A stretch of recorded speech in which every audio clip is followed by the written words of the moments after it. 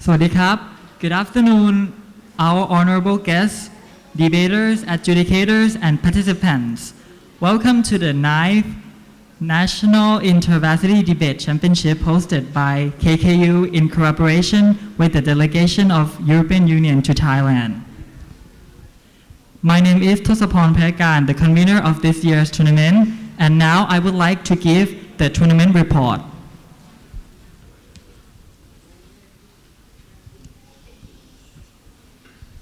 The 9th European Union Thailand National Intervarsity Debate Championship, Thailand's preeminent student-led debate tournament, was hosted this year from May 16th to 20th by Khon Kaen University in collaboration with the European Union delegation to Thailand.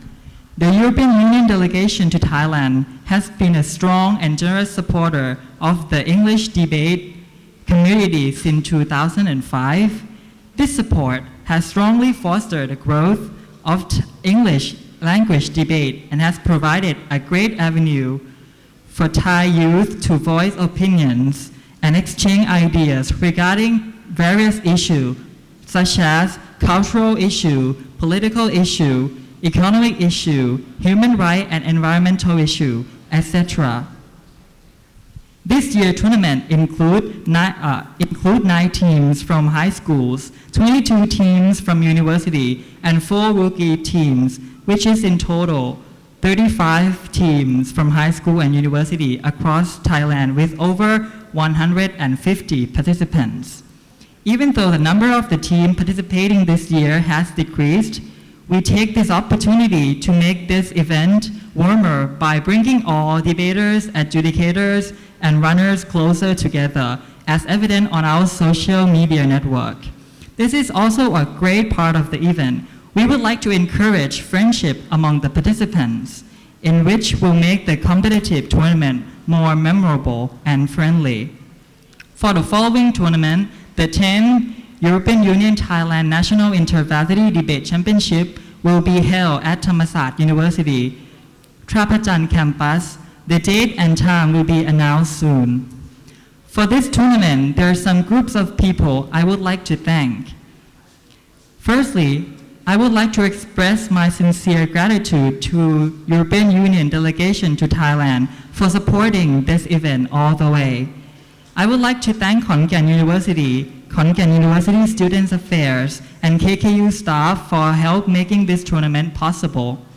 I would like to thank the organizing committee, the core adjudicators. These people have been working really hard to make this event happen.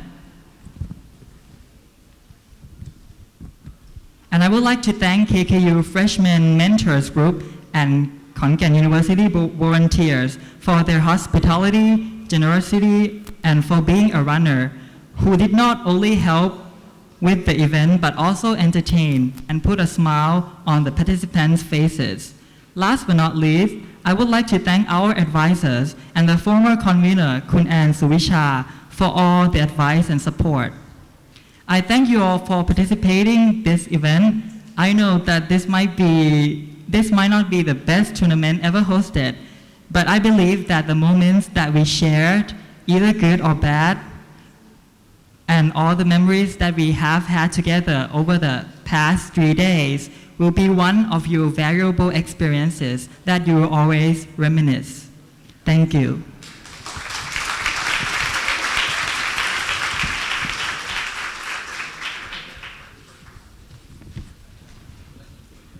And next, I would like to invite Associate Professor Thawanwong Ratanasiri, Vice President of International Relations Affairs, Khon Kaen University, to deliver a keynote on the stage.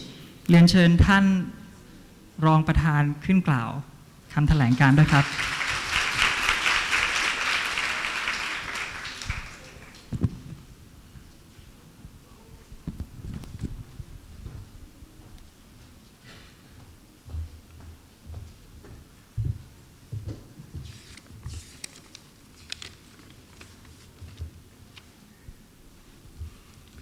Good afternoon, Mr. Seth Wandon, Press Attaché of the EU delegation, debaters, adjudicators, organizing staff, and honorable guests.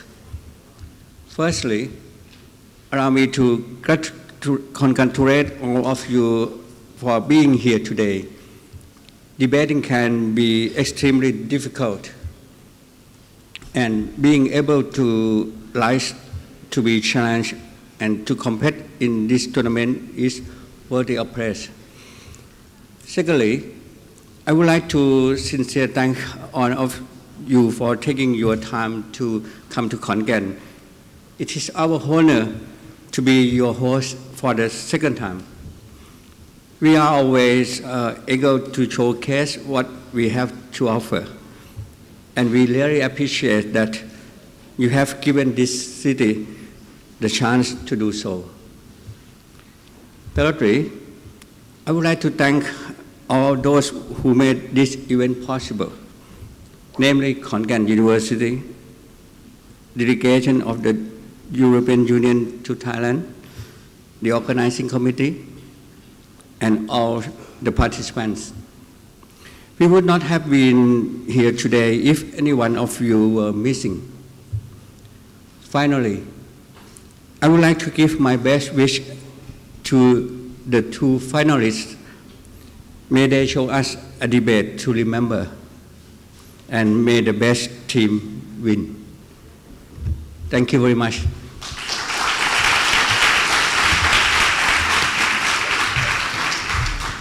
Thank you, the Vice President of International Relations Affairs.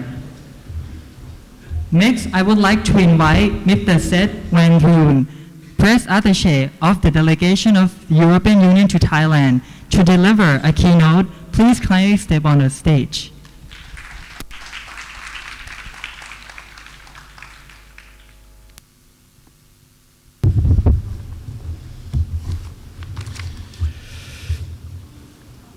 Dear Professor Tawan Wong, Vice President of Khon Kaen University, dear faculty of Khon Kaen University gathered here today, dear students, debaters and adjudicators, let me start by apologizing on behalf of my ambassador, who was expected here today, of course, but he, together with all of us, I suppose, woke up this morning to some urgent political news that he had to attend to, and so he sent me instead.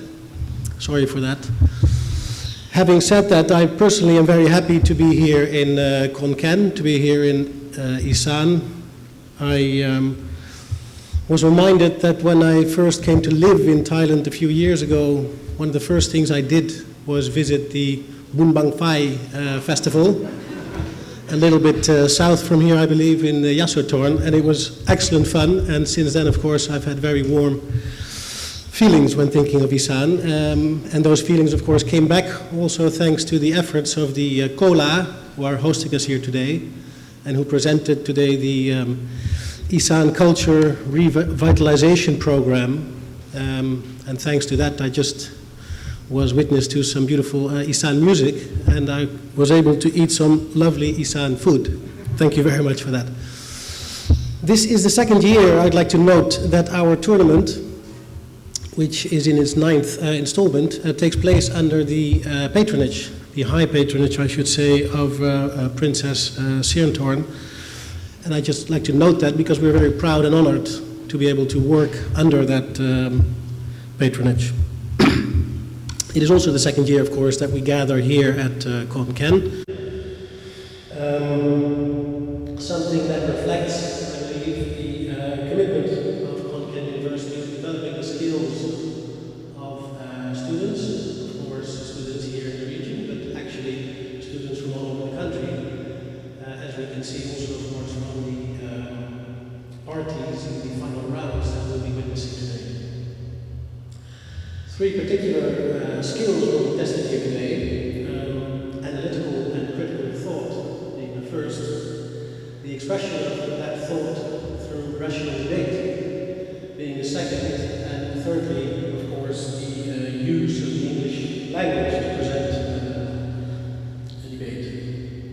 Critical and rational debate offers a channel for people to exchange their ideas about culture, politics or economics in a way that is productive, as a good debate increases the understanding and knowledge of all those participating in it, as well as those witnessing it.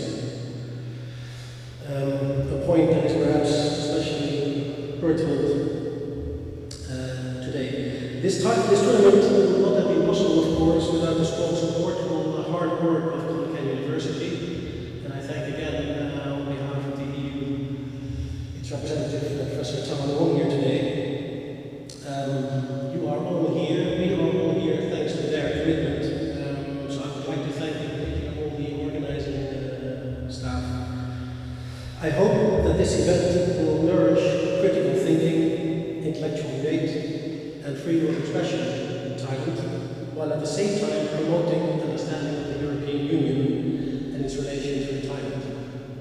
I look forward to following the interesting debates, and above all, I wish you a fun and interesting experience. Thank you very much.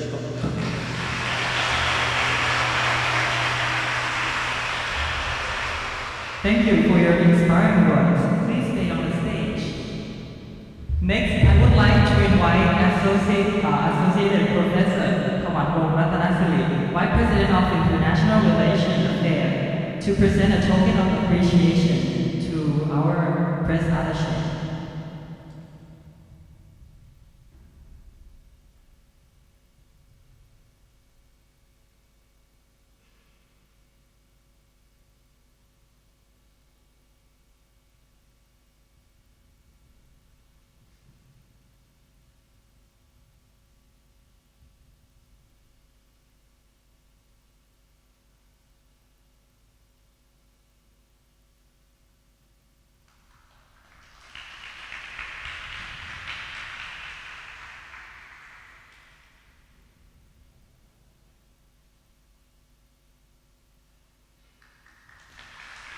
Please give a round of applause in honor of this event, and please stay on the stage.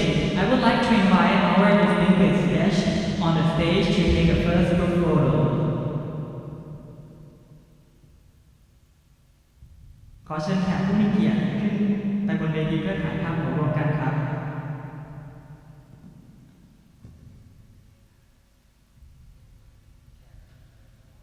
And I would like to invite the organizing committee and the board adjudicators to take the first group photo on the stage.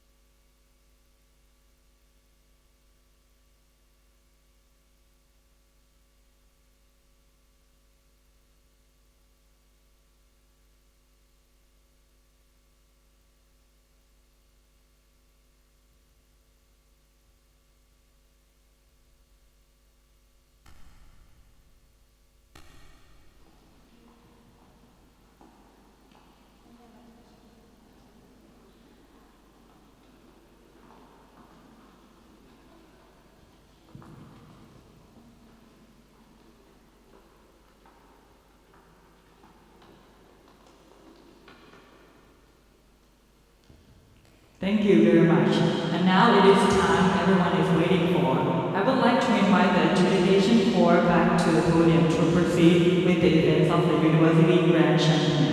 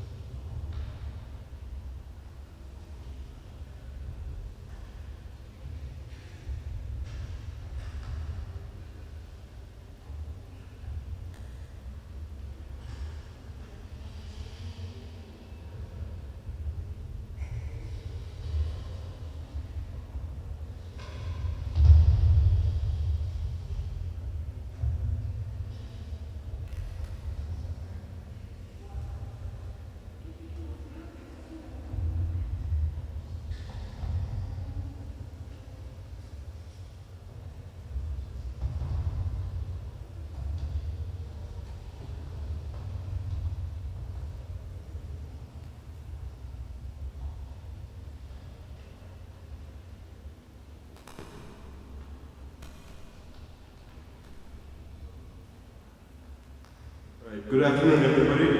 I'd like to welcome you to the grand final of this year's New Thailand. So please give a round of applause to the two teams. On government side, we have Chulalongkorn 1.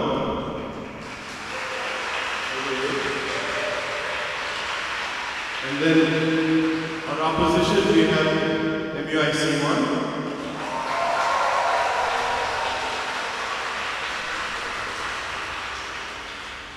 We will be debating on the motion, this House will subsidize all efforts in physical adjustments in accordance with each individual gender preference.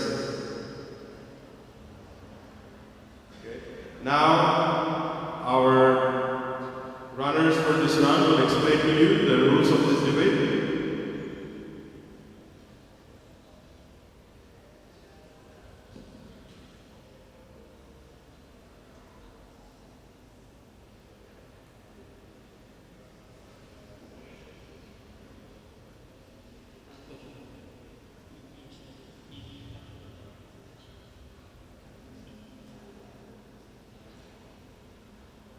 Okay. Please allow me to explain the rules of debate. Each constructive speaker will be speaking for 7 minutes. After the first minute, you will hear one clap like this, signaling that the speaker may be asked for one information.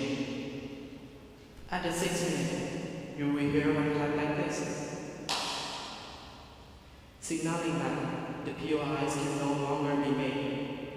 At the 7th minute, you will hear 2 claps like this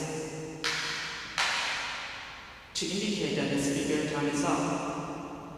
At 7 minutes and 20 seconds, you will hear 3 claps like this. As a reminder for the speaker to conclude his or her speech. Reply speeches last 4 minutes and are protect speeches, and no POIs may be asked.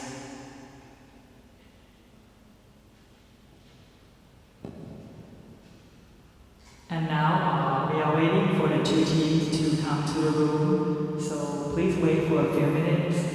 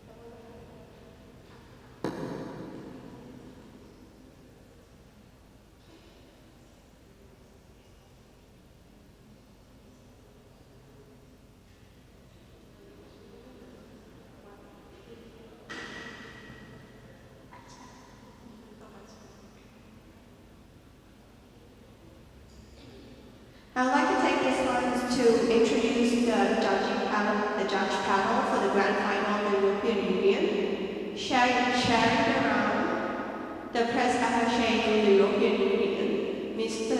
Zed.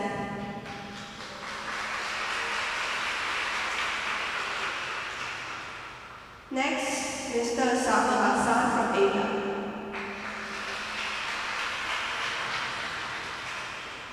Mr. Shonakan from Railroad Success School. Mr. Josh from KKU. Ms. Mun Prair from Railroad Success School.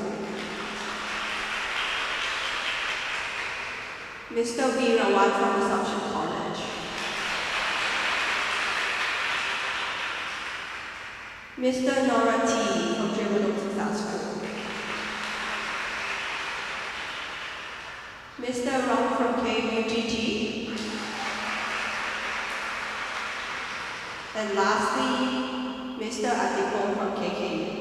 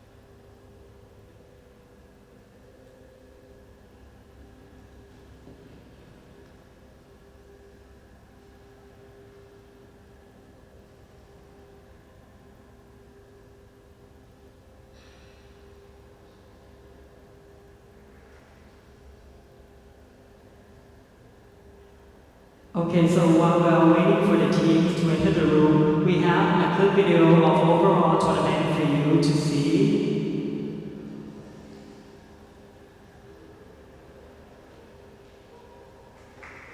Let's give a round of applause for our video.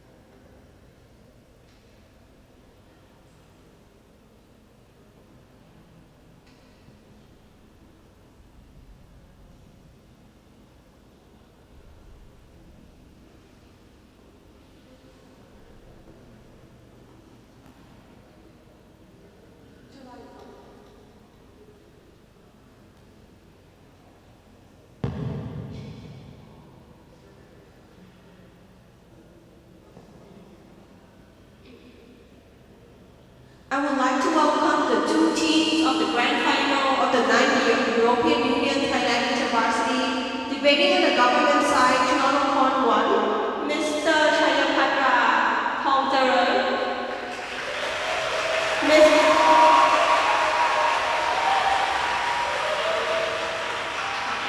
Mr. Motoki Laksmiwatana, and Ms. Ravipur Rangkotsamrin.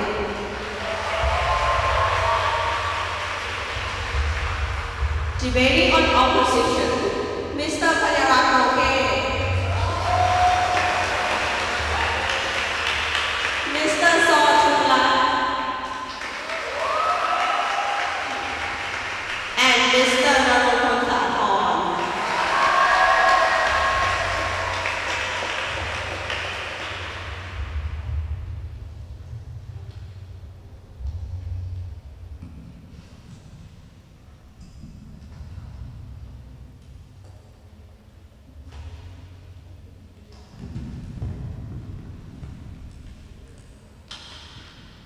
Before the rule begin, I would like to repeat the rules of the debate again. Before the round begin, each constructive speaker will be speaking for 7 minutes. After the first minute, you will hear one clap like this, signaling that the speaker may be asked points of information. At the 6th minute, you will hear one clap like this, signaling that the POIs can no longer be made. And at the 7th minute, you will hear 2 claps like this, to indicate that the speaker's time is up. At 7 minutes 20 seconds, you will hear 3 claps like this. As a reminder for the speaker to conclude his or her case, reply speeches last 4 minutes and are protected speeches, hence no POIs may be asked.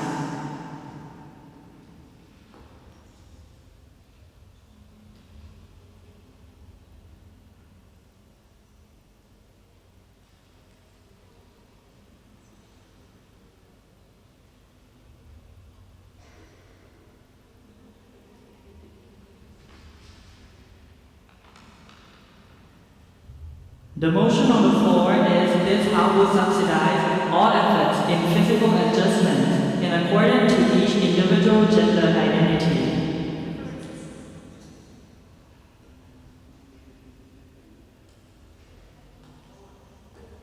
Without any further ado, I would like to call on the Prime Minister to open the debate.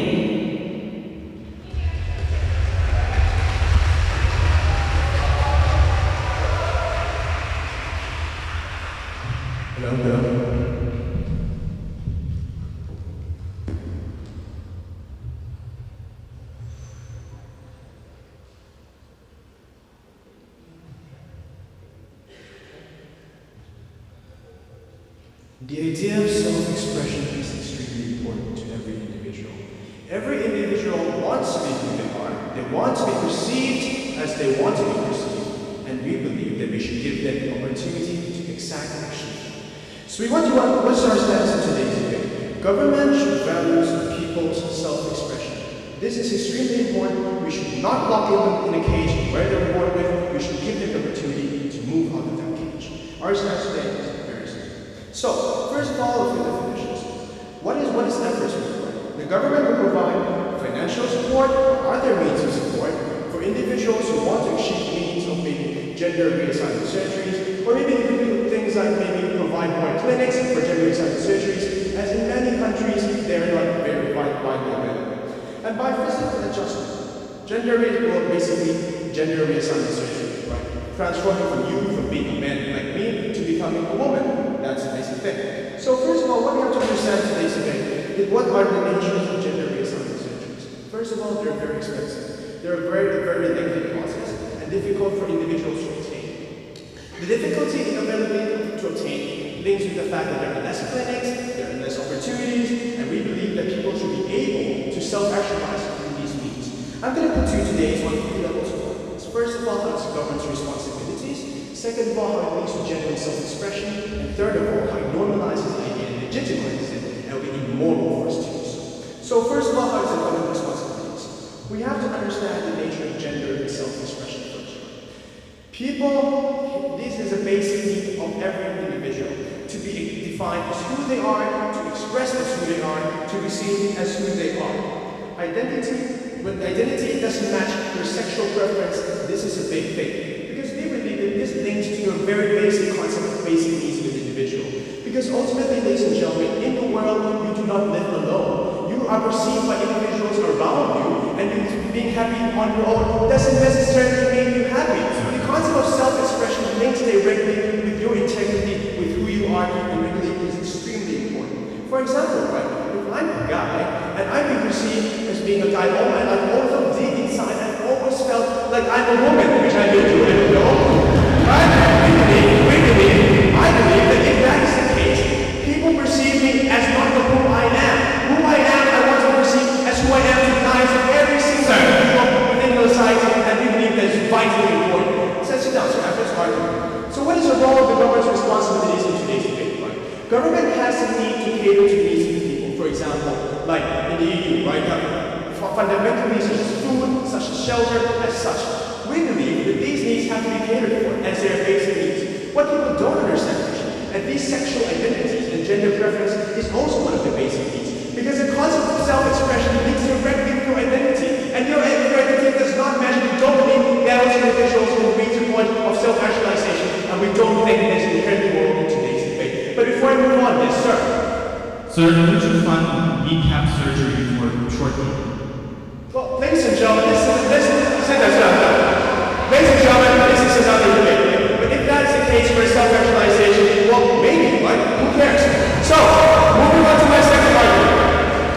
Regarding the concept of gender and self-expression. Well, yeah, government responsibility. The concept of gender and self-expression is very important, right? For example, we don't necessarily think that physical features have to always reflect their sexual features, but the important part is lots of people think so. For example, right, if I'm a man and I think like a woman and I feel like a woman, I'm confined within this body. Thus, I have the very social expectations that people want me to behave in certain ways, such as, for example, people want me to be masculine. People want me to, well, be a soldier or whatever. These are the kind of social expectations that are imposed upon these individuals. And we think that we want to lift these cages upon the people. We want to lift these kinds of social expectations upon the people, which will later elaborate in my argument. But the most important thing is this, right? We want people to be able to identify with the identity they actually belong to. The problem in today's debate is very simple. There is an identity mismatch in your gender. And this kind of identity mismatch harms the process of self-actualization and is seen as who you actually want to be. We don't want these social expectations to be imposed upon people. So, moving on to my third argument here, right? How this normalizes the idea of, well, basically, gender-based surgery. First of all, at a very basic and principle level, when you have more of those transgender or maybe women or trans women walk in society, it ultimately normalizes the idea that they are normal. This is a very basic concept, right? Right now, there are very few of them. So people in certain societies feel like, oh, this is something weird, this is something not normal. So this very basic of normalization will definitely occur with government support, as well as having them being seen as normal people. We think this is inherently right.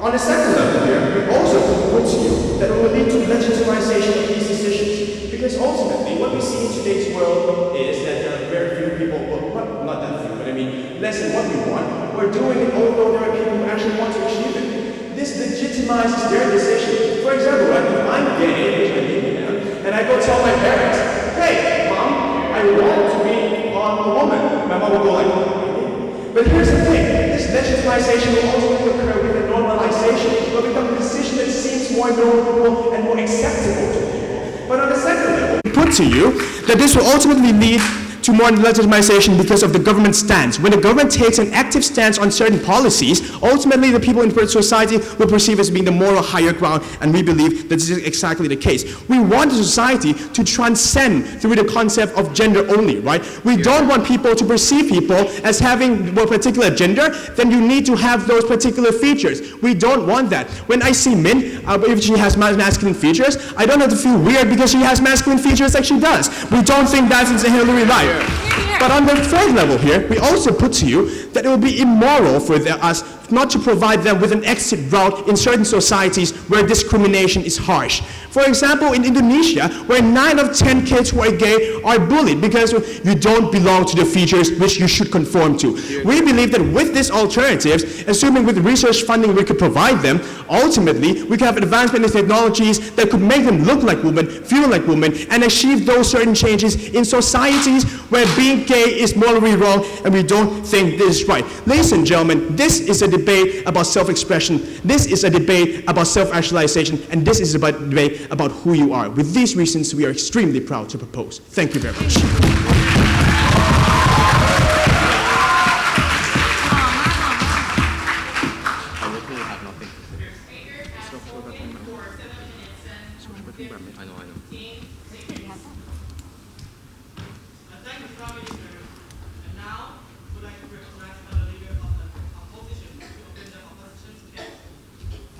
Yeah.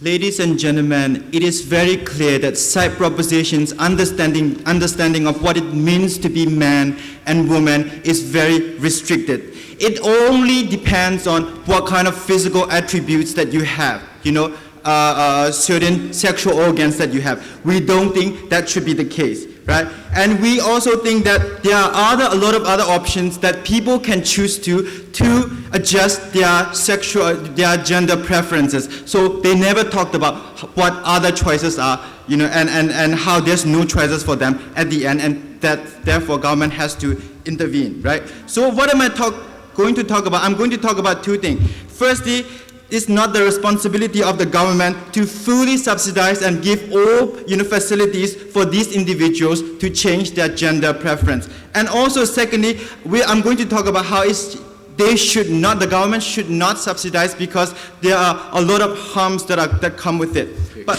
a few things first, like rebuttal. First of all, they talked about self-expression is very important, and these individuals, people who have gender identity crisis, do not get to express themselves. But ladies and gentlemen, what our POI is simple, right? Other people who are very short, other people who are not really good looking, they feel they are trapped in the wrong body as well. They might want to feel that okay, I want to look like Megan Fox. That might give me other opportunities and realize myself better. But why do we not subsidize them? Because that is, their individual choices and their emotions, and that's up to them, right? And also, secondly, they talked about the importance of, other people's, expectations, and how the government normalizes, if they support it. That is precisely very dangerous, because other forms of sexual relationships, for example, gay among homosexual couples, right? You have more feminine individuals. They will be expected to opt to this kind of, options the government is providing them. We think that's very dangerous. I'm going to detail more in my substantive. And last but not least, they talked about the only reason why they are doing it is because it's very expensive for the current individual. How expensive, they never talked about it. It is we researched, right? It's approximately 30,000 for this kind of whole package, inclusive,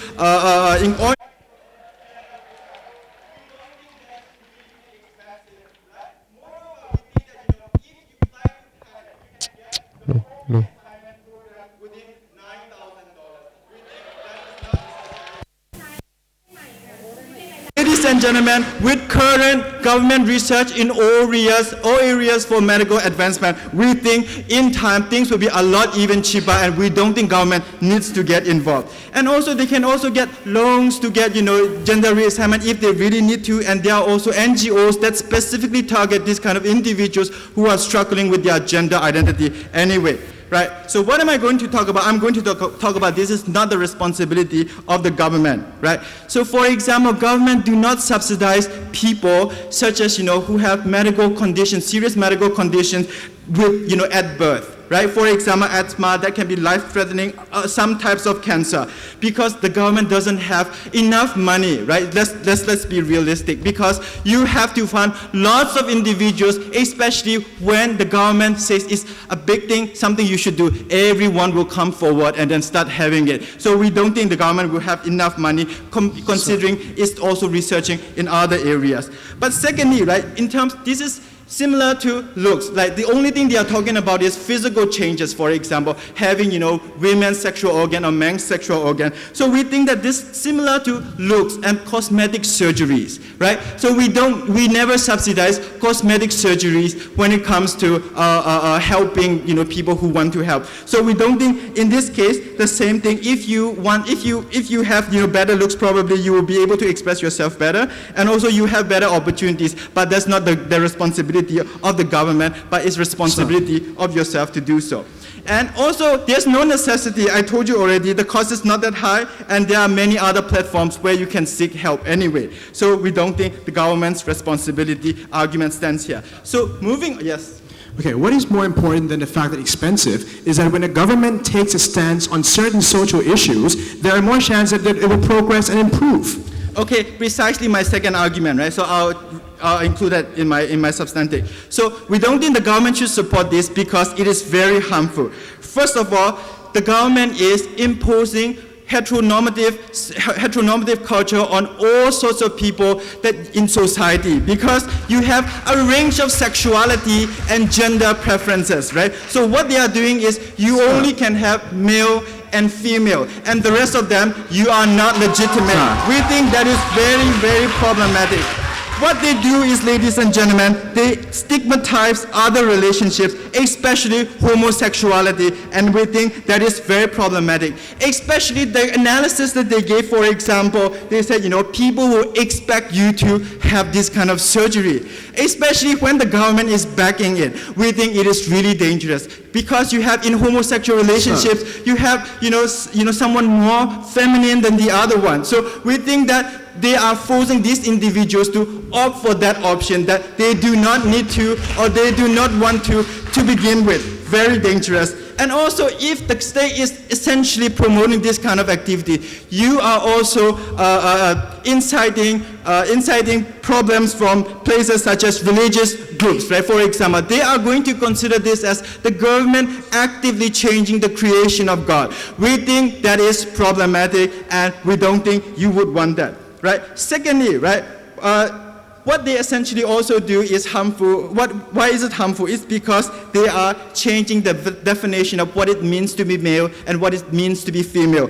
And we think they have very narrow understanding of it, because they are mainly focusing on changing your outer parts, not the inner parts, right, ladies and gentlemen? Because what they are going to have a set of criteria, right? If you are women, you have to have certain figures and certain ingredients, organs, if you will. So that means if you don't have those, you are considered less woman, less man. We think really problematic. For example, there are certain people who have to have their organs removed, like, sexual organs removed, the organs that they identify their agenda. For example, Angelina Jolie, she had to remove her breast because of medical condition. And these women will be stigmatized. These women will be considered less women. And other men who have, dysfunctional sexual organs, they will also be considered less men, and we think that kind of definition they provide is very, very dangerous. And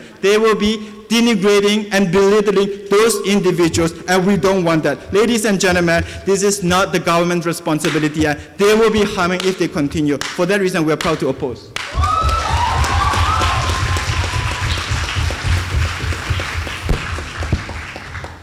The speaker has spoken for 7 minutes and 35 seconds.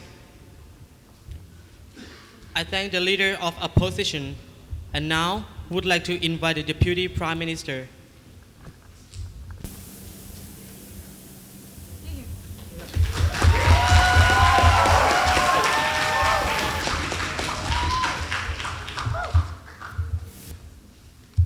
Hello?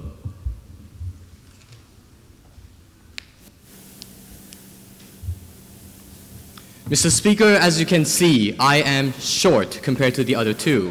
And my self-actualization is massively harmed. When I was a child, I was not able to play basketball perfectly because, I'm short and I cannot reach when they are playing basketball. We think the state should subsidize my right to become taller, right? Because that's ultimately very, very necessary for me to be able to fully express myself as how I want to, Mr. Speaker. And right now, actually, I'm fine with being short, but the point is that not everyone is okay with that, right? Especially when it becomes sexual identity.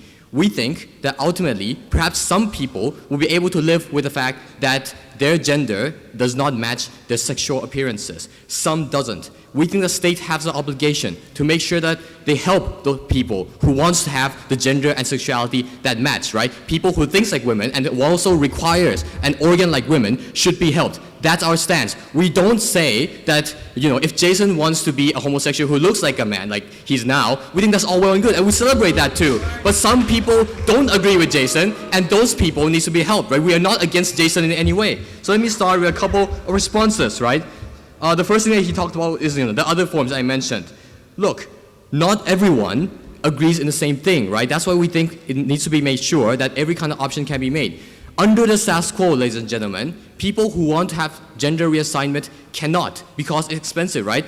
Jason told us 30,000 baht in Thailand, I guess. The thing is, not everyone can afford that, right? So perhaps he can, but not everyone in the other society can. And LGBT doesn't exist only in the middle to higher class, right? It also exists in the poorer class. Those people are people who we wish to save, right? And he also said, in Thailand it's cheaper than the United States. But let's not forget the airfare that you have to use to travel here, right? So either way, ultimately, it does incur higher costs to people on the lower threshold. And we think those people are someone we wish to save. But let's assume that that's already the case, right? The thing is that this policy the thing is that the other response to the thing that Jason told us is that if we go with this policy, it harms the rights of people who wish to appear as, a guy and be homosexual at the same time. This policy doesn't. Why is that so? Because firstly, this policy does not limit choices, right? Our policy simply provides even more choices for people who wish to have this surgery. It doesn't in any way say that, if you want to look a guy and have sex backdoor, that's in any way wrong. We're not banning gender reassignment, gender surgery in any way. So we don't think that we're restricting their choice in any kind of thing. The harm in which they are afraid of doesn't really exist. But let's assume it somehow exists, right? The social pressure, for instance. We think you are able to deal with social pressure at the end of the day, right? Even if some people say, you have to change, you still can decide that I don't want to and I'm still going to stay like this. But some people may want to change their gender, but if they don't have the financial capacity to do so, they cannot. They simply cannot, right? Even if they want to. If they want to, we think the state needs to make sure that their right is being met, and therefore this policy is something necessary. The last thing that they told us is that, it re-emphasizes the idea that, if you are a woman, you must have boobs and stuff like that. To a certain extent, this policy does cover that too, right? If some people feel that their genital is too small, then this policy can also say, it can extend it a bit more for you so that you can feel even more manly, right? So we don't think that ultimately we are going against that kind of thing. And furthermore, I'll put to you why, in my extension, why this policy will actually lead to deconstructing those ideas as well. Because we are able to make sexuality and gender a far more fluid concept where people don't think it's something static and you have to be stuck in the cage that you were born with. Actually, the other thing, you talk about the budget, right? It's going to be expensive, cancer patients will be harmed. We don't think that ultimately that's actually principally going against our case. More money can probably be found, such as, cutting down the military budget, which is not necessary anyway, and reallocating for this. So, we don't think that that's, inherent problem with our policy at the end of the day. So, my extension, right? Why we think this policy can create a post-gender society. Before that, let me get into more details why their stance is massively unfair. Right? We think what their policy is going to do is to use certain people as tools in order to make some others feel better. The kind of people, that wants to have that difference in gender and sexuality and they want to celebrate, right? Sir. People who wants to appear as a man and be homosexual. Their policy, no thank you, could potentially make these guys feel better that, they're being unique and all that. But at the same time, what they're doing is harming the people who are structurally limited from wanting to, change their gender at the end of the day. We think that's massively unfair. The state is not there to cater to a selected few. They're there to make sure that everyone in society can equally access, something good. In this case, something good is full self-expression. We don't think it's fair for you to limit these people's rights, treat them as social battering ram to make sure that some kind of people will feel better. We think that's very, very problematic, and that's why their case should probably fall. Yes. How is that a choice on your case when you told us it is a social expectations? If we could remove social expectations, that individual wouldn't have made that choice. Look, social expectation does not physically stop you from making a particular choice. It is not about pointing a gun at your head, right? They're constantly telling you yes. But the other thing is that if they want to succumb to social expectation, that's also their free choice, right? Social expectation is merely one factor for you to make a choice. And in this particular case, when they're being bullied like Pong told you, this making of choice is something that genuinely makes their life better because it makes them able to escape bullying. We think it's immoral for them to deny that kind of choice without actually addressing how they can actually prevent these people from being bullied to begin with. So let's get to my extension. Why are we able to create a post-gender and post-sexuality society? Bear with me, it's a bit more complicated. The idea is this, right? Whenever you see another person, as long as you feel that changing your appearance, cutting off your genital is such a big deal, it's so expensive, you always feel that having a genital is part of who you are, right? But this policy changes that because it makes the idea of having certain organs something a lot more fluid. People can change their gender as they please, right? It's a lot cheaper and it's probably going to have a lot higher technological advancement that it doesn't, it's not reversible per se. So idea is that under our case, it makes sexuality such a smaller part of when you come to know someone. It doesn't matter if that person has a boobs or not. It's simply very similar to what kind of clothes they wear. And when you are able to reduce the idea of sexuality as something very, very simple, you start to genuinely look of who they are inside. Because ultimately, I'm wearing my uniform right now, right? If you know me, you know what kind of person I am. It doesn't, because ultimately I don't like uniform, but the fact that I'm wearing uniform now doesn't stop you from knowing who I actually am. What we are going to propose is that we are going to make the whole concept of sexuality and gender something so simple. It will no longer be a huge part of your identity, right? It's something that you can choose as part of your identity, but it's not something that it must make you, it's not a cage that you are being in. It will simply be a community that you want to choose to move into, for instance. Ultimately, what we want to put to you is that if some people want to choose to move to another community because they don't like their previous community, ultimately the state must make sure that that happens. A state that says you must stay in the same one forever is very, very immoral, and that's why we're extremely proud to propose.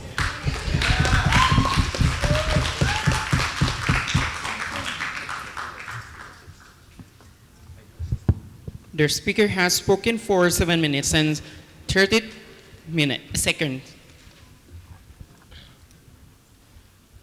I thank the Deputy Prime Minister and now would like to recognize the Deputy Leader of Opposition.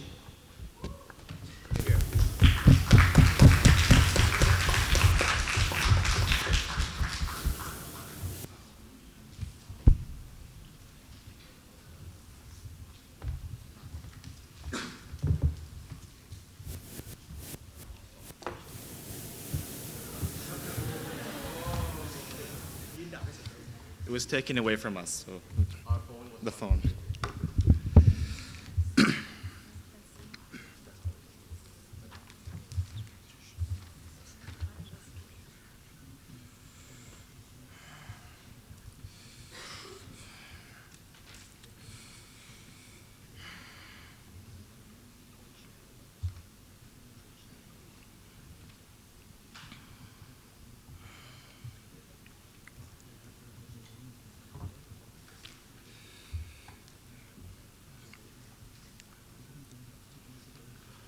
Mr. Chair, ladies and gentlemen, if the goal of this debate is to maximize the capacity for individuals to have as many and as wildest and as multifaceted identity possible, we think their policy makes it impossible for those individuals to have as many identities and as nuanced identities as they would like in this debate.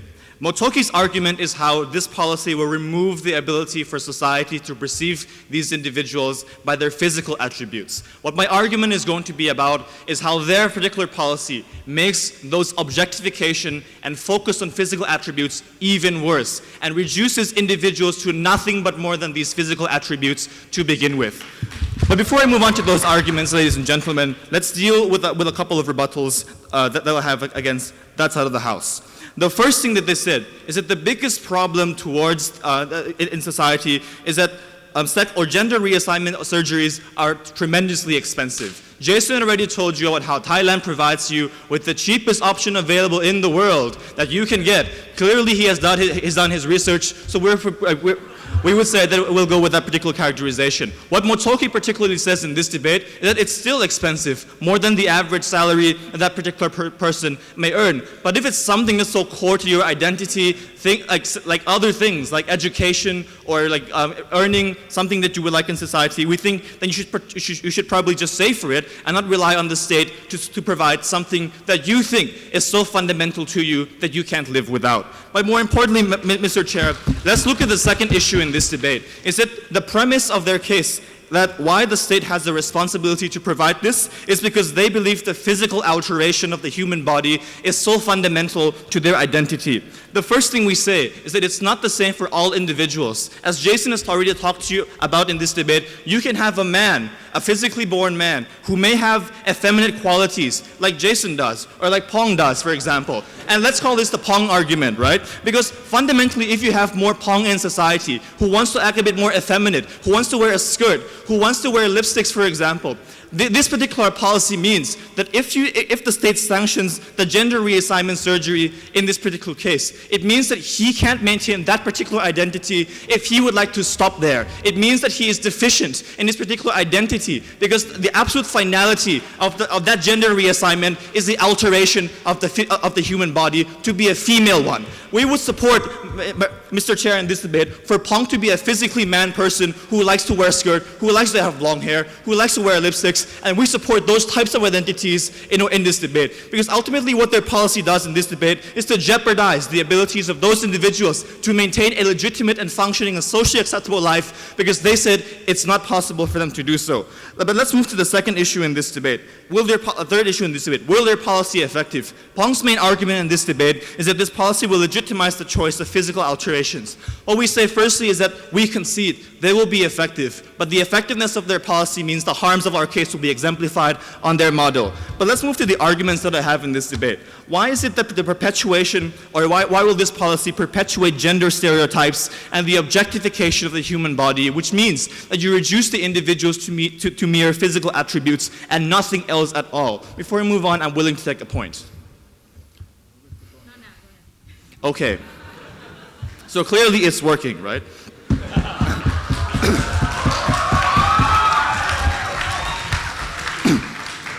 Okay, so the main premise of the government case is this: that the physical attributes in all circumstances is the most fundamental thing that a human body can have. What that means, Mr. Chair, is this: that you can't be someone who is effeminate or feminine without having large breasts and a full bosom, right? And so what we fundamentally mean to say is that the moment at which you say that this is a legitimate choice and a state-sanctioned choice for individuals to do so, you exemplify the need to exemplify those qualities to begin with. Before I move on, yes?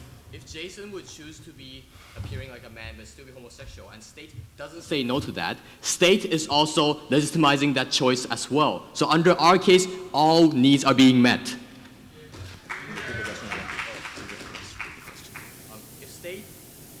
If Jason wants to say like a man and also be feminine, and the state is not banning him from doing so, it also means that state legitimizes his choice as well. That means no one is being harmed.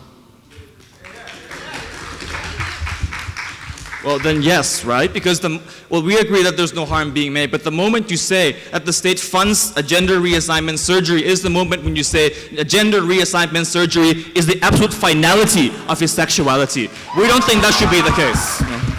And this leads me nicely to my argument. So in the contextualization, or in the context of in today's society, where individuals and media corporations and fashion companies all around the world are able to portray the female body or the male body in the most accentuated ways possible, in the most sexualized way possible. The focus of our society today is on individuals' identity, is premised on the idea that you must accentuate these sexual or these physical attributes to begin with. That's why you never see transgender individuals with small boobs or like small bottoms, right? And that's the problem in this debate, because you merely reduce the female identity to those types of identities. And we say this is tremendously harmful for those individuals who don't particularly associate themselves with those body types. So firstly, it harms transgender people who don't want to have those body types. But more importantly, it grossly perpetuates the kinds of gender stereotypes that society has on all of you guys, right? Because now, if you have like certain sexual organs that aren't enough, then you are stigmatized in this particular debate. If you also have sexual organs that are not like proportional, you also are stigmatized in this particular debate. So this particular policy only reduces individuals to their mere physical attributes and considers nothing else at all. That means that when you have a transgender woman walk into your office asking for a job, you won't be asking her or talking so much about what her qualifications are, because the only thing you see is the successfulness of that particular gender reassignment surgery.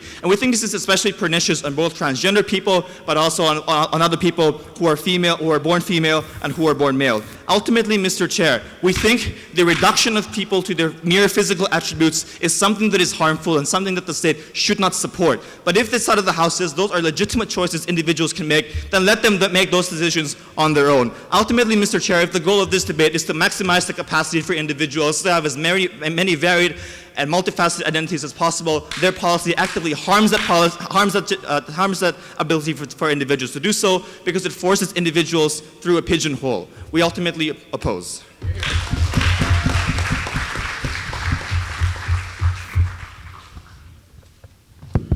The speaker has spoken for 7 minutes and 30 seconds.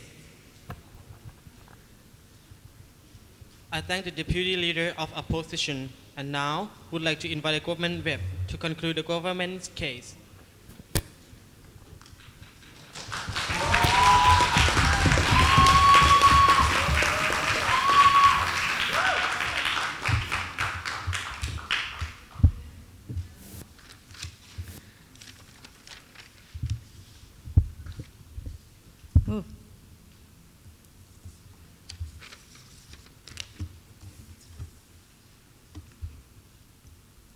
Mr. Chair, please call me up the day height becomes an issue that defines and fosters my sense of self and dictates how society perceives me as much as appearance of gender does. I will willingly and passionately that day debate the motion of the subsidization of kneecap, because we believe that allowing people to be able to change how society perceives them allows them to have the genuine right to self-expression at the end of the day, right? We've told you so far in today's debate that the choice that's missing in the society today is to make sure that for people who want it to happen, is to make sure that their physical features actually match their gender preferences, right? But what we don't understand coming from side opposition is this weird accusation that we're somehow at the same time depriving people who do not want to actually accept those choices to conform to these norms, right? They've never proven to us why those cases would actually happen, right? What we've told you so far is that choice to not change in order for your gender preferences to match your physical features already exists under the status quo. What we need to do in today's debate is to prove to you that the choice that's missing is needed in order, if that doesn't happen, it proposes dire harm in today's debate. Now, before I move on to my two clash points, let me start by giving a few rebuttals, right? The first concept is the whole concept of how if we propose this motion, it will cause, a deficiency in terms of feminine men who do not want to actually change, right? We think if that actually happens and he feels that he's deficient within the society, he then now has the choice to change if he wants to, because the government now subsidizes the project, so he now has the choice whether or not he wants to be perceived by society in that certain way. But what we still question the opposition side is, why would he feel suddenly inspired that that's the only ideal matter that he needs to achieve at the end of the day, right? Because we think that what's more harmful in today's debate is ignoring the choices that are still missing, right, in today's society today, and they've never proven to us how they're going to fill that gap at the end of the day, right? Now, my second rebuttal on the concept of, the whole cost and budget type thing, right? Our first response to that is we think expensive is a very subjective matter, right? We think if the process of transforming your gender lasts 4 or 5 years, including the hormone-taking processes and things like that, we think at the end of the day that cost could be expensive to some people. If I live in Ireland and I want to fly to Thailand to get those things, well, the airfare costs a lot. I come here, accommodation costs a lot. And when I actually have to pay for the operation, that costs even more. If my government subsidizes that, I don't have to actually go through all that cost, right? They say people need to work hard for that. What we propose from Thai government is that people shouldn't have to work hard for those sorts of things, right? If it involves directly with the self-expression, the government should guarantee them those rights. Now, moving on to my actual clash points, right? The first is the concept of the importance of choice to have their physical features match your gender preferences, right? Because what did we tell you, right? We told you, and some of these arguments they never responded to. For example, no thank you. For example, the concept of exit strategy for people who are being discriminated in society today and they have no way out, right? They never responded to that. Well, we also told you that it limits self-expression otherwise, right? Jason's analysis was this, right? We somehow are strengthening the societal expectation, no thank you, of heterosexual norms, right? We say no, with no thank you, right now, when the government doesn't provide that choice in the society, that's what's reinforcing these norms, right? Because the government is actively saying that they don't care that the choice to choose for your gender to match your physical features does not exist. They don't care that those costs have to be borne by individuals themselves. And because of that, we think it matters that these choices actually exist, and it's the government's role to guarantee why that exists in society today. Yeah, I'll take your point. Iran subsidizes gender reassignment surgery because they cannot accept two gay men having sex together. Will your policy make sure that you force identities through a binary world? Dude, look. Just because those things are legalized does not mean that the government forces everyone to engage in sexual gender transformation roles. That's the void they still have not filling. I don't understand why that's legitimate in those cases, right? We think that no thank you, that the idea of personal choices, right, needs to still exist in society today because they still question us in matters of how are we going to break down these norms, right? And we'll tell you precisely why in my second clash point of how this subsidization will create a positive change within the society, right? Because the concept that it completely disregarded coming from second speaker, it's a concept of post-gender society, right? We explained to you what this is. We told you from Bong's speech that the normalization of the choice to change your gender through operations is something that's really important. When government subsidizes it and everyone has access, to those sorts of operations, what happens is a lot of more people who wanted to do it will be able to access those choices, right, to change their genders. This means that people view it as something that's more normal, right? When we look at things like the change of clothes and things like that, we don't consider it as a barrier to how we judge people anymore because it's so easily transformative, right? What we're going to do in today's debate is when we make those things simpler, what happens is people no longer judge each other on their physical appearances and how that reflects their gender preferences at the end of the day, right? We think that's something that's really important that they never even talked about at the end of this debate, right? We think that what they're doing is placing an emphasis and restrictions upon people who feel that physical features should or should not matter. What we're doing in today's debate is we're showing to you that if we make those things something that's not so hard to obtain, what happens is people feel more and more that's something that's normal at the end of the day, right? We think that when that happens, that's essentially how you're going to create an actual sustainable community where people accept each other for who they really are, where we strip people of the prejudices and stigmas that they have against people who have preferences in terms of whether or not they want their gender preferences to match with their physical features or not. Look, Mr. Chair, at the end of this debate, what we're trying to do is we're proving to you that genuine rights include the rights to self-expression, just as important as right to health care, just as important to the right to education. We're proving to you, and they've never tackled and questioned the importance of how important this self-expression in relevance to their gender preferences is, right? We've told you that if that's the case, the government has the obligation to at least take an active stance in trying to provide people of the rights that they deserve from birth at the end of the day. Thank you very much.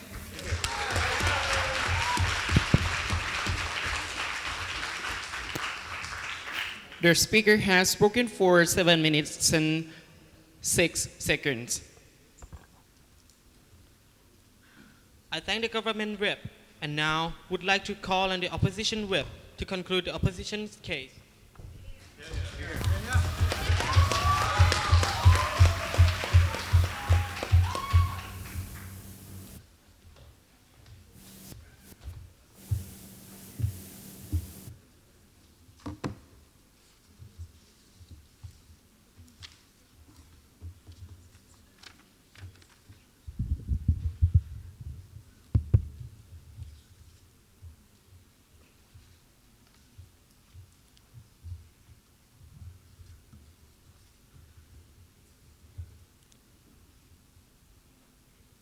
Ladies and gentlemen, Motoki asks if the government do not stop you from being a male who would like male, that doesn't necessarily mean that reassignment would condemn them, right? But we told you that this is exactly the same problem that oppositions would put forward. Because the moment that the government allow or subsidize these gender reassignment is a strong message sent in the societies that the acceptable genders in societies is only male and female, and the implications of that is you can only marry the opposite sex only, right? That's the implication that proposition never get.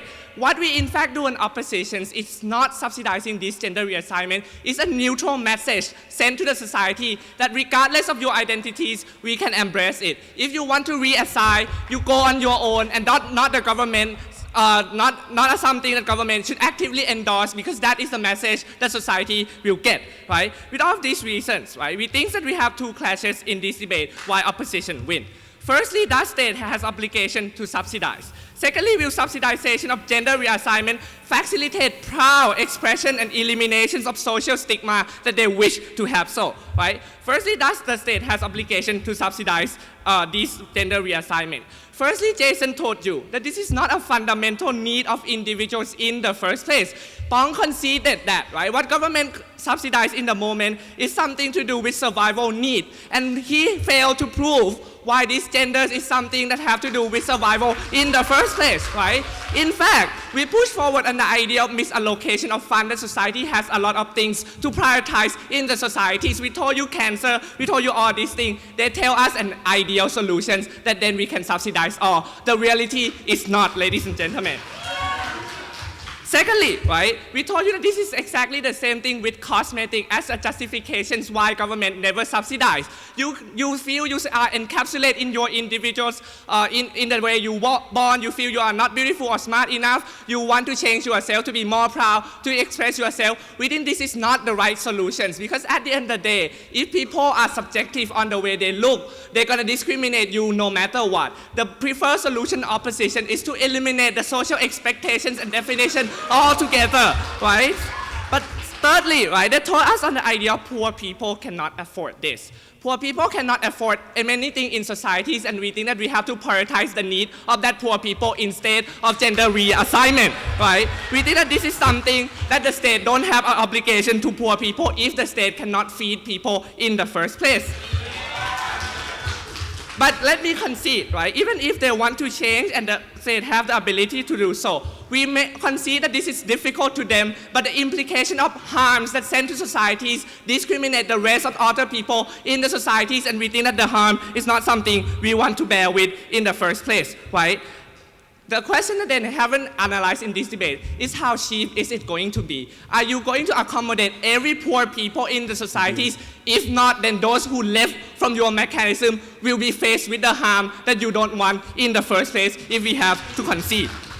Before I move on, redeem. Okay, when sex becomes easily transformable under our case, it becomes of less of an importance that people transcend through these ideas to see who you really are without considering That is sexes. something you assume that society is ignorant in the first place. We recognize that if you are debate in a paradigm where you only have heteronormative, that for certain people to undergo gender reassignment, people will know the past history of this individual. And if the people discriminate upon the fact that you are born male but want to be female, no matter what you do, they're going to be discriminated anyway, right? Lastly, right, on the idea of social battering rams, and we think that that's something they never analyze. How exactly subsidizing these people gonna solve the problem of stigmatizations? And we think that this have to be evaluated in the harms and benefit and justify why government can do this to the people. Let me move on to my second clash. Will subsidization of gender reassignment facilitate proud expression and elimination of stigma? And we think that proposition failed to do this. Because firstly, Pong told us that we have to normalize of gender in order to meet social expectation. This is already a strategic concession that in societies you can only have male and female who are prescribed of certain role and expectation. For example, male marry woman in the first place. If you use the word normalizations, you only normalize what exists in the status quo, and therefore you will never facilitate or accommodate gay who born male but want to marry a male couple in the first place, and that harm of exclusion is something they cannot avoid to begin with. Right? And we think that this is something that normalizations is bad, and we want to eliminate all normalizations of this gender in the first place. Secondly, we told you an idea of social expectation attached to this. We don't have to defend social expectations because what we're going to do in oppositions is to get rid of that altogether. For example, Pan told you an idea of Iranian government legalize this gender reassignment to make sure that nobody has to break religious law of men marry men or men do something with men. Right? This is something that Iranian force the people to do. They never know the context of Iran. Right? That's why Iran do this. Iranian government forced them because whoever found out to engage in sexual activities with the same gender will be criminalized in the first place. This is something that sends a strong message that in the society there should be a gender binary in the first place. This is something we want to eliminate. To begin with, right? And second analysis, right, which is important. They argue on moral arguments, and I will show you moral arguments stood on oppositions. They told us that it is a moral obligation of government to provide an exit route for those people who are oppressed. But they never told us, right, that every people under their circumstance who face the same obstacle will be allowed to exist. Opposition told you that the gender binary exists, and therefore the route to facilitate gay from that type of stigmatization wouldn't exist because the people will still get the ideas that men and female should be together and not men and men, right? We think that this is something that exit route on their side exists. But on our side, right, we provide them with a gender fluidity, meaning that you can change the way you want to be regardless of what you are born to. You're born male, but you act like a female, and you want to have that type of body. You are not restricted to in the status quo, and that is something that never happen on propositions, and those people will not be provided with exit route to begin with. They never argue on us why that type of exit route will be there with the gender reassignment, and we think that if the harm exists to any one single individual who left from their mechanism, we think the benefit do not worthwhile. With all of these reasons, we think that government shouldn't facilitate gender reassignments in the first place.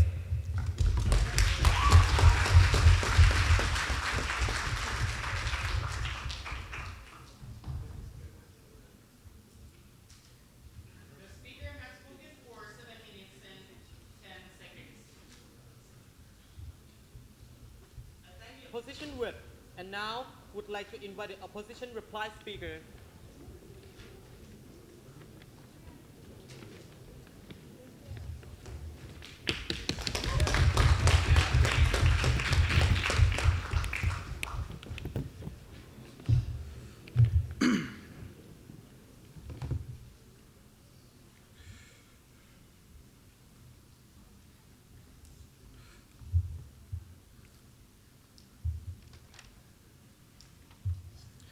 Mr. Chair, ladies and gentlemen, there are only two issues that matter in this debate. Because what side proposition came to you and said in this debate was their end goal is to be able to maximize people's sexuality, gender identities, and ultimately fulfill their capacity to be more human. And the second thing is, it's the state's responsibility for us to do this. I'll be looking at those two issues under this debate. So let's look at the first one, right? The expression of gender and sexual identity. Who better maximizes that? Before we move on to this issue, we must understand and really understand and appreciate the plethora and the complexity of people's identities. So, you can be a physically male person, have effeminate qualities, and like a female, without wanting to alter your physical body to be that of a female. You can also be a physically male person, effeminate in behavior, but also want to be someone and also want to change your physical attributes. Or you might just want to be something else, right? So we need to recognize that the multitude of these identities mean that individuals have different thresholds to what they would consider as their complete gender and sexual identity. What does proposition side tell you in this debate? They tell you that the state must ensure that individuals must ensure that gender reassignment surgeries are legitimized, are effective, state-sanctioned choice that is believed to be something that is true in this scenario, so that individuals can undergo this. What we told you was the biggest harm in this debate is you paint the physical alteration of the human body to a gender that is more closely defined to your behavior as the finality of that identity. What we told you in this debate was, if the government says that if you have effeminate qualities and effeminate behaviors, the ultimate finality of your identity is to be able to change that. Because otherwise, people will get confused. Otherwise, if you see a man wearing lipsticks, having long hair, and having long skirts, people will get confused, right? And that's the problem that we want to tackle in this debate. Because we fundamentally believe that if the state does not sanction that, these choices become a bit more pronounced. Now, what did Min say in her speech? Min said we're not forcing every particular person in this debate to change their gender. But Pong's argument in this debate was, if the state is able to do this, it legitimizes those choices to be something that everybody who have effeminate qualities would want to do, right? But more importantly, we also told you in this debate that people who also have effeminate qualities in these particular societies also believe themselves that they need that gender reassignment, because they cannot differentiate the effeminate behaviors that they have and disassociate that from a female body that they think they deserve to have. We don't think that association should be there, and we think individuals must determine those themselves. But let's assume that everything we said was crap. Does the state have the responsibility to do this? We told you, Mr. Chair, that the state only has the responsibility to provide essential things which are essential towards the survival of the human being. They failed to show you, Mr. Chair, why, for those individuals whose final physical alterations is the final completion of their identity, why that is akin to providing people food, why that is akin to providing people shelter, and why that is akin to providing everything else that is essential to sustaining the human life. But even if we said that was important, right? Does the state need to do this financially? Because they said there's a compulsion on the state, and the state must be compelled to provide this and provide subsidy for these individuals, because they just can't afford it. Mr. Chair, we told you multiple times that Thailand is a haven for gender reassignment surgery, and we're happy for people to believe that. But more importantly, Mr. Chair, there are other financial decisions and financial choices and financial resources, such as banks, personal loans, and things like that, which you can avail in this debate. Ultimately, Mr. Chair, if you want a world where individuals can fully consent and can fully form their identities that are dissolved from the media, that is helping them shape their identities, we must oppose this motion. But more importantly, even if you don't believe in any of the values that we just espoused, there is no need for do this. Individuals can do it on their own, and it's ultimately not the state's responsibility to determine people's sexuality.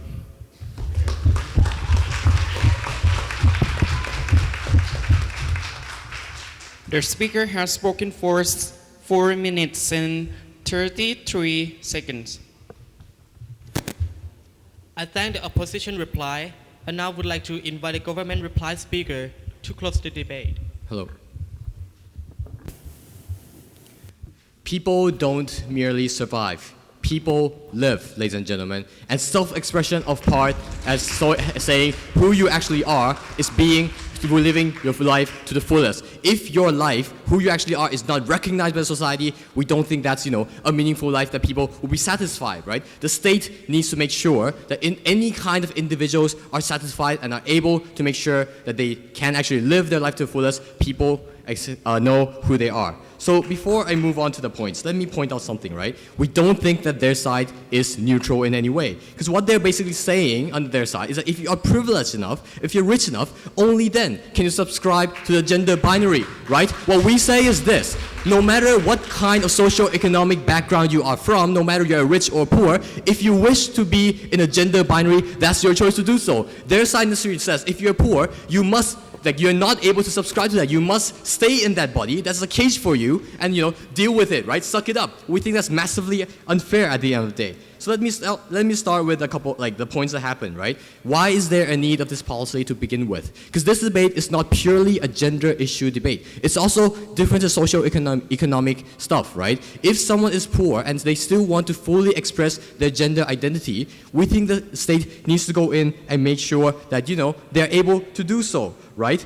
And we also told you that these things are expensive at the end of the day. Maybe for rich people it's not expensive, but for the poor people who we wish to save, expensive. That's why the subsidy has to happen. But furthermore, the reason why the subsidy has to happen is because people need to have the choice of, being able to fully express who they are, right? Because we told you that it's something very, very important for you to live your life to the fullest. But also because some people may be facing horrible discrimination from their peers. In that case, perhaps the state should make sure that some kind of exit strategy from that kind of horrible situation exists. The state that doesn't allow that kind of exit strategy is something massively problematic. And even though both said, well, they're going to find out. It's not like you're going to carry this birth certificate everywhere where you go, right? So it's not like everyone would know. So we think, on balance, we're able to reduce discrimination from that case. Second, what is the moral stance that the state needs to take, right? And this is something very, very crucial that our side has said. It means that the state must grant the maximum amount of choices to individuals. And we think that choice limitation that happens is something extremely problematic, right? And they said, right, that we also limit the choices of those who want to appear masculine and be homosexual at the same time. But the thing is, there's a difference, right? Our side don't literally take their rights away. They're still able to deal with those kind of pressure. And furthermore, we also put to you that if they're able to deal with those pressures, they could gain even more social acceptance. Because now people will know that this is a genuine choice in which they made, and therefore they're awesome. That's why we love Jason, right? That's the very reason why we think Jason is awesome. But second, we also said that it's something massively immoral for a state to use certain people from certain demography systematically as a social battering ram. They think that the better genderless society, objectification and whatnot would be achieved by their policy. But we don't think that's enough justification to ignore the needs and the plea of the poorer individuals who wants to have the matching identity. This is something that they never really engaged. The last thing I'd like to talk about is that what would this policy do to how we perceive gender and sexuality within society, right? Pan said it leads to objectification and, ultimately everything's going to be bad. We told you it leads to fluidity. And we think there's something that we can be empirically proven. How so? For instance, in the past, changing your hair color was something very, very hard, right? People associated blonde hair with people from the West. But right now, that's not true, right? Asian people can be blonde. African people can be blonde. In fact, anyone in any world can become blonde. Now, the hair color is no longer a significant part of your identity. It is merely a facet of your identity that makes people know who you are inside. And after you think that your hair color is blonde, awesome. And then you start to know who they are inside, right? Our policy makes sexuality be like that as well, because something very, very easy to change, right? And it's something that's already transforming society right now. Because the reason why we love Conchita Wurst, who won the Eurovision, is precisely because it doesn't matter if she has boobs and also has beard at the same time. We love her because she's extremely good at singing and extremely tolerant toward these minorities. That's what we're massively proud to propose.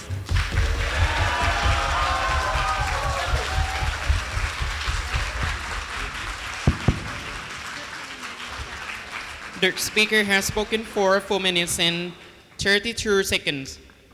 The House would like to thank both sides of the House, and now please cross the floor and shake hands. I would like to invite the adjudicators to proceed to room 206 for making decisions. Our runner over here will lead you there.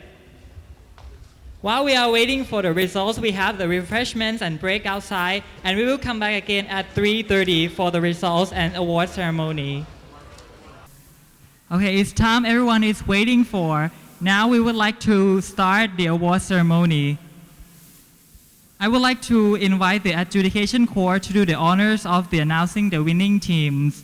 We are going to announce the rookie awards and high school awards, and then we are going to announce the university awards. I would like to invite Apapron to proceed the, okay.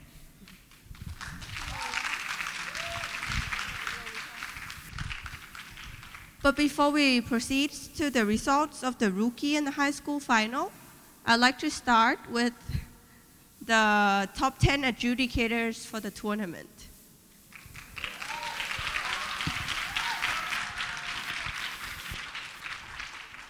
We will recognize the top 10 judges of the tournament, and then we have the award for the best adjudicator of the tournament. I would like to invite Assistant Professor Tawan Wong Ratanasiri to grant the award to the best adjudicators of the competition.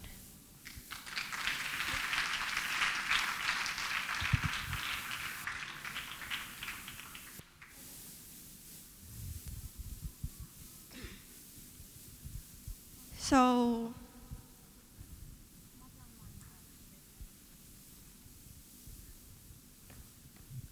for the tied for the ninth best adjudicator is Josh from KKU and Rachanon from ABAC.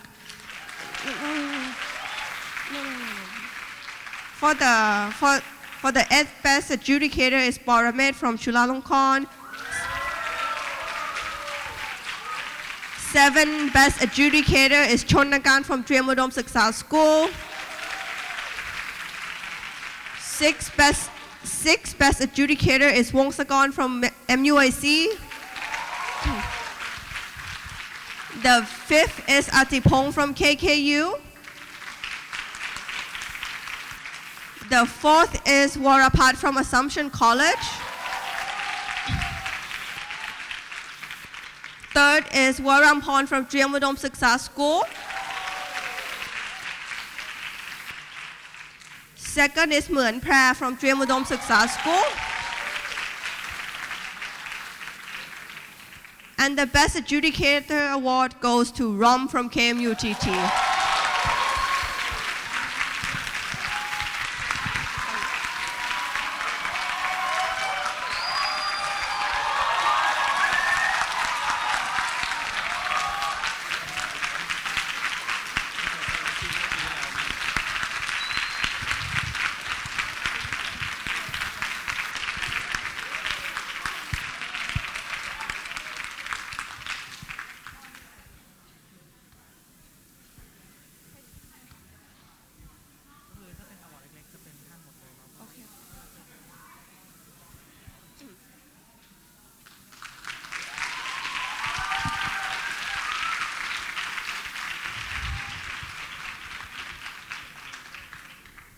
Next award is the high school top 10 best speaker.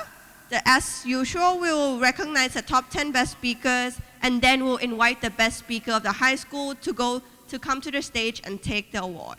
So the 10th best speaker for the high schools goes to Pannapa from Triamodom Siksa Schools. 9th best speakers go to Nawanon from Assumption College. 8th best speaker goes to Santipa from International Community Schools. The 7th goes to Pangram from Triamodom Siksa School. The 6th go to Kanton from Assumption College. The 5th go to Panisa from Triamodom Siksa School. The 4th go to Natisha from Triamodom Siksa School. The 3rd go to Shayatat from Triamodom Siksa School. The 2nd go to Chichanok from Triamodom Siksa School. And the best speaker of the tournament for high school division goes to P. Asawachinda from Triamadong Saksa School.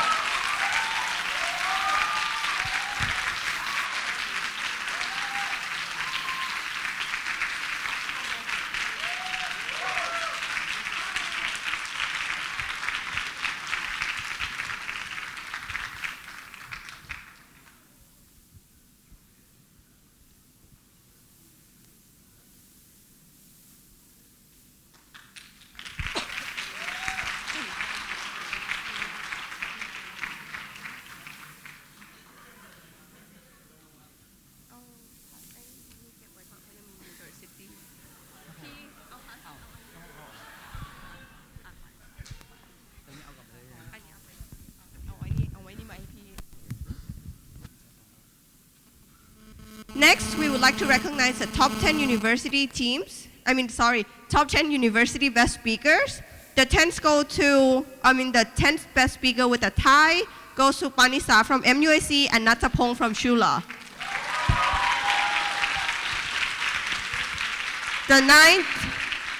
The ninth place go to Arut from Shula.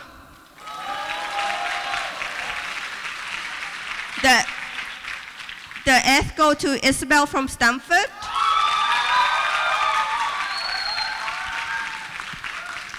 The 7th place go to Saw Tun Lut from MUIC.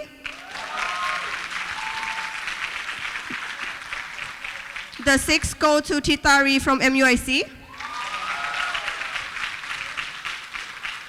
The 5th go to Chayapatra from Shula. The 4th go to Motoki from Shula. The 3rd go to Ravipon from Shula. The 2nd is Narongpon from MUIC.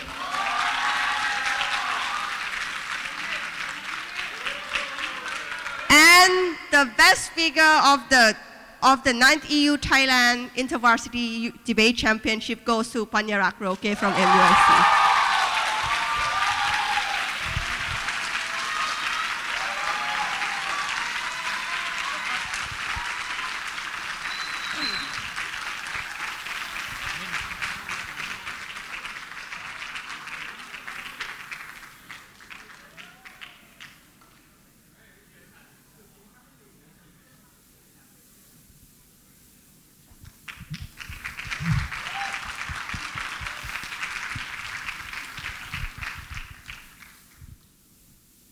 Next, I would like to announce the results of the competitive debate in the rookie final between Stamford 2 and Sarasat Ekta 3.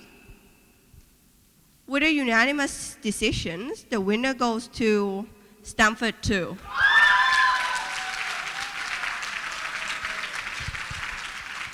Can we please have the team to take the award, please? Thank you.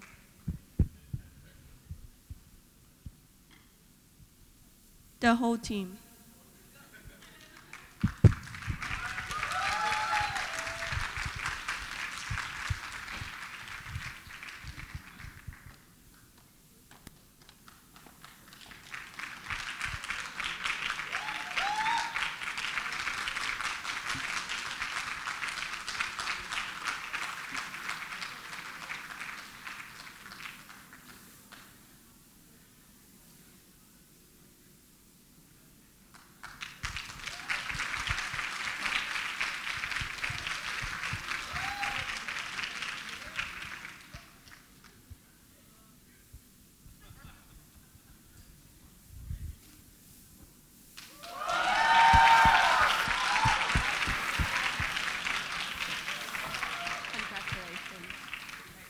Next, we'll move on to the high school divisions. We'll first start off with inviting the semi-finalists of the high school teams, Assumption College 2 and International Community School 1, to take the award.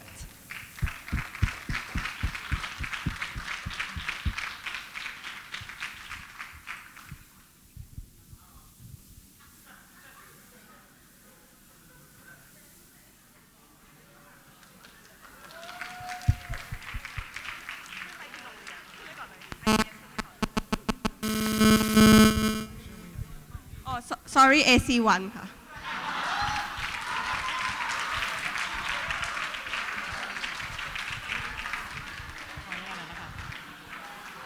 I am sorry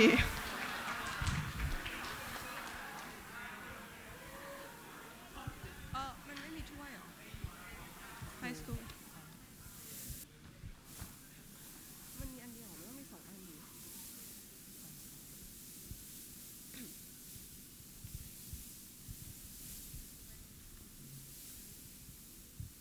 ต้องได้ทั้ง2 ทีมขึ้นมาเลยป่ะหรือว่ายังไง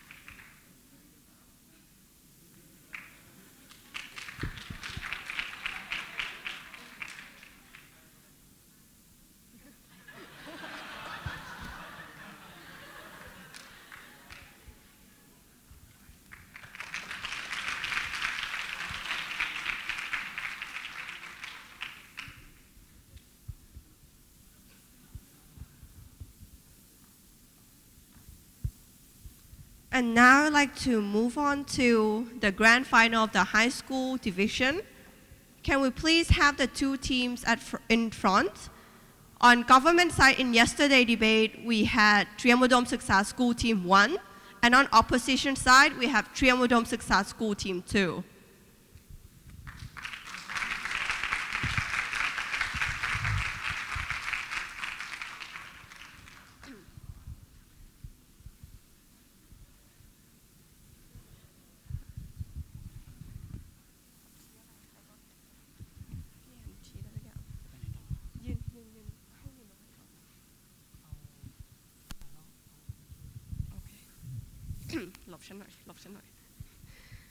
It was a really close debate. It was a really competitive debate with a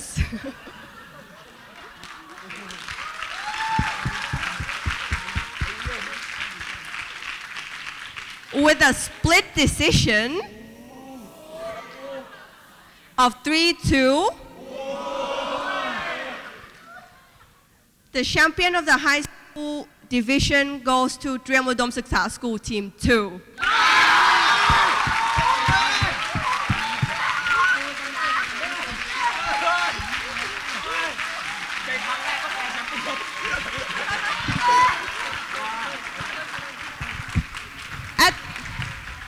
At the same time, I would like to recognize the best speaker of the high school grand final round, Chitchanok Nath.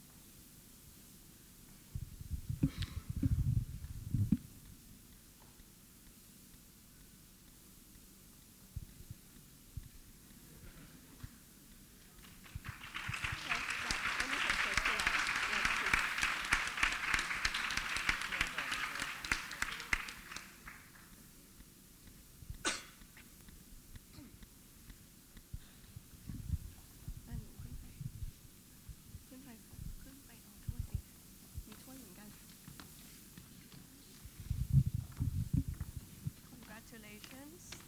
First time breaking.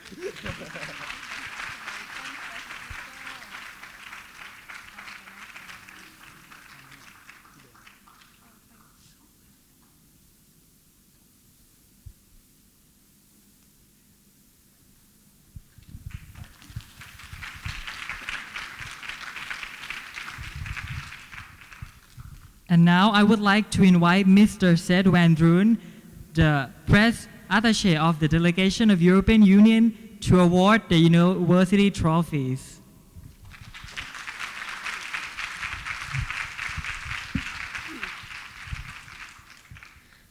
First, we'll recognize the semi-finalists of the university divisions, Chulalongkorn 2 and MUIC 3.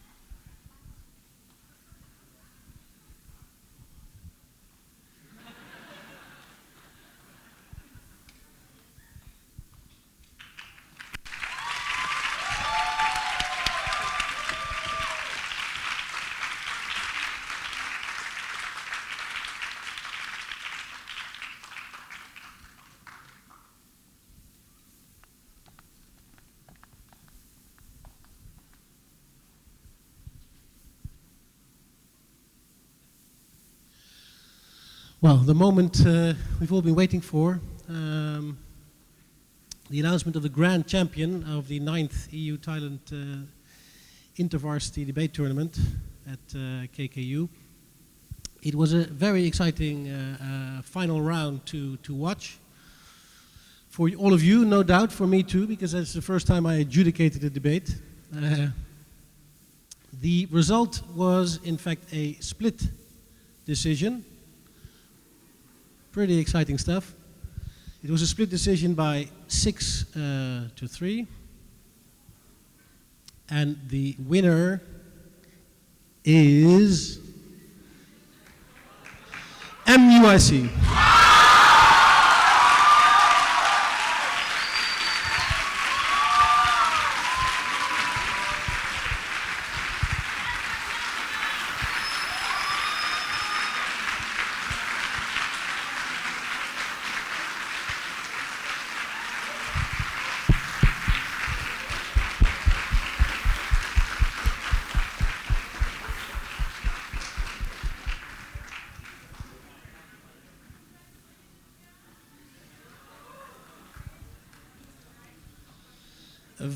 A very seasoned debate team that's taking home a lot of prizes this year again.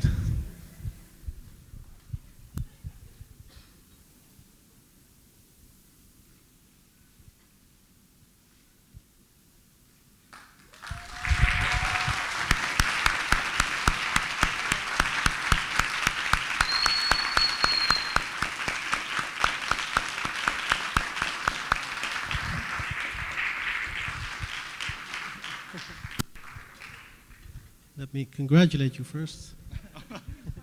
No, I don't need it back. Thank you. Congratulations. Well deserved. And of course the banner.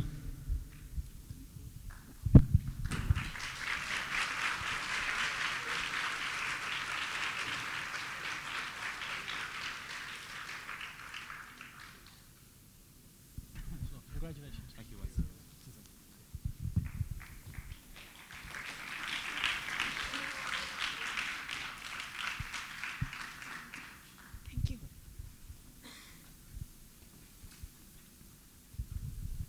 And the Universe finalist goes to Chulalongkorn 1.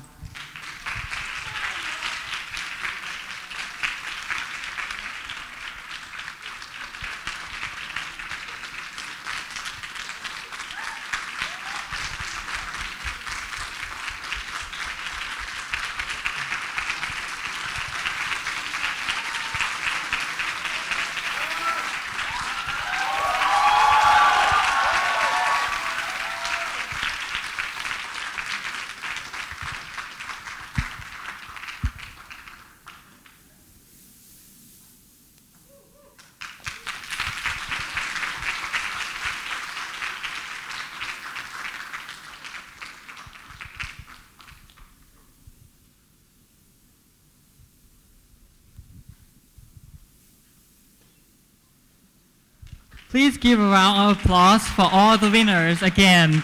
And lastly, I would like to invite Associated Professor Tawanwong Ratanasiri to deliver a closing remark. Please kindly step to the stage.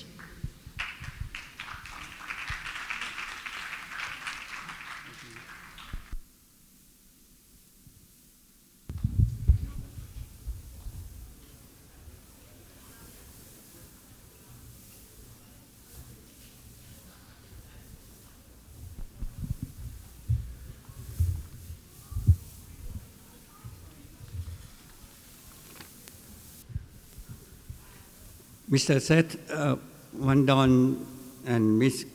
Kunwadi Sumarnop from the EU delegate, Dr. Sripong PhD, Assistant to President for Student Affairs and Alumni Relations, Ms. Thanarat Sonsa, Director of Student Affairs Division of Khon Kaen University, and all delegates. This event has been truly remarkable. It has left an indelible memory in my mind, and I am positive that it has done the same to yours. I would like to thank all those who were involved one more time. The chance to host all of you as your guests has been memorable for us. And we hope that we have made the competition equally memorable to all of you. Thank you very much, and goodbye, and see you again in Thammasat University. Thank you very much. I would like to thank the Associated Professor Tawanwong Ratanasiri, and now I would like to invite Mr. Seth Vandroon, the press attaché of the European Union delegation, to deliver a speech.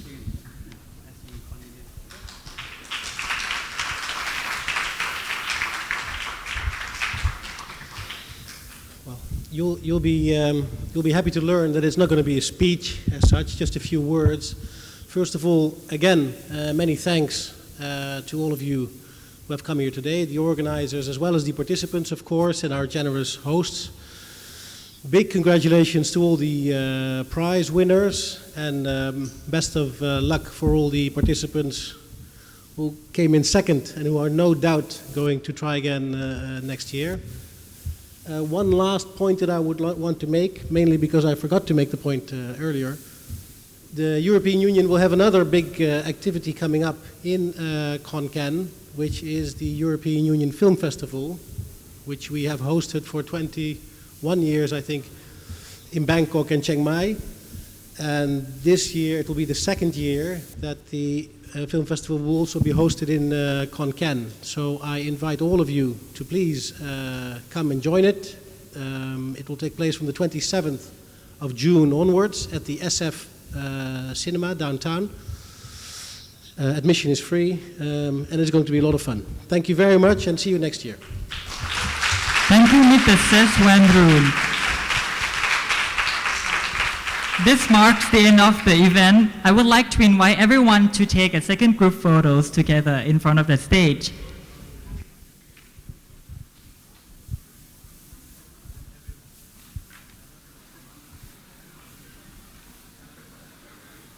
All the winners first. High school, rookie, and university.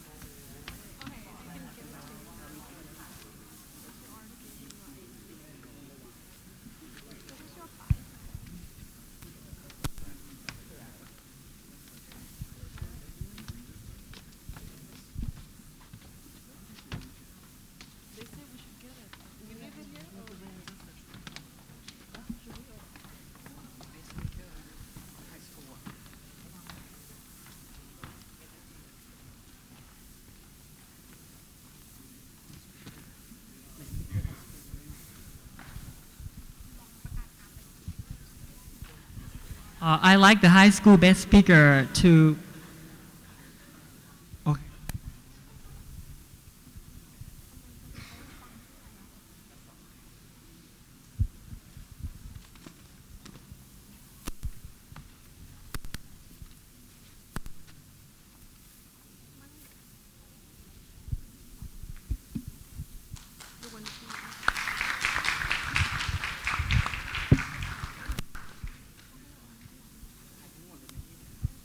Okay, and now I would like everyone to take a good photo in front of the stage. Everyone, every school, every institution, all debaters, adjudicators, and also runners. Okay, so, okay, please proceed to the stage.